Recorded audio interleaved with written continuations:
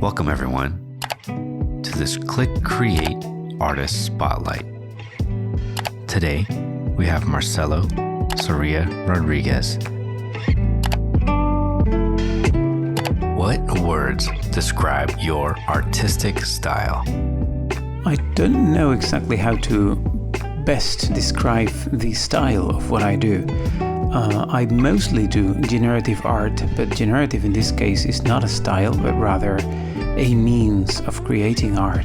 There's not a single style. I would probably try to call this a explorationist style, if that word even exists. I typically try to understand what are all the possible combinations that lie within a certain activity that you're doing. I wrote an article some time ago where I mentioned this as total cognitive space. It is, in general, it's just about trying to find the boundaries of what you're doing and trying to explore all the possible combinations within. And that's precisely also why generative art is so interesting to me, because it helps you indeed explore very quickly or in speeds that you cannot do humanly the space that you're defining with your rules in your code. And then that space can have many different styles, and that's an aspect where then generative is not taking care of it, but rather you as an artist. What inspires you to create? Probably two things that kind of got me into making art. One of them was music. For all of my life, basically, I have found very interesting how music can move me so much.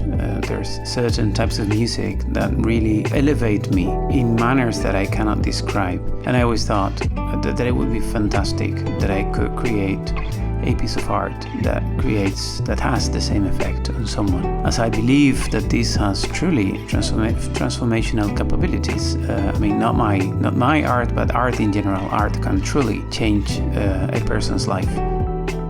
I play piano and a little bit only, and make some compositions of my own, and I never dared to call that art, but at least I always found this drive to create, and it came out of a necessity sometimes for beauty, for being able to express beauty.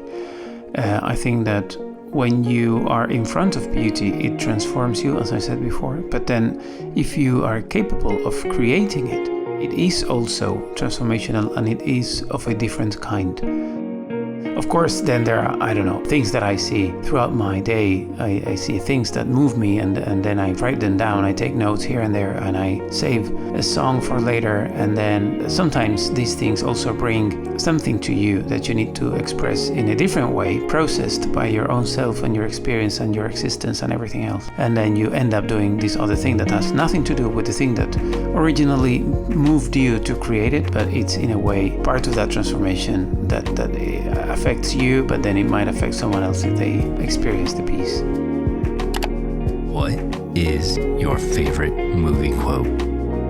There's a phrase from Monty Python I used when I was a teenager. I watched a lot of Monty Python's Flying Circus. For whatever reason, every once in a while, or I don't know if it was just in an episode, or I don't remember, but in the middle of the episode, they would just show a sign saying, "And now for something completely different."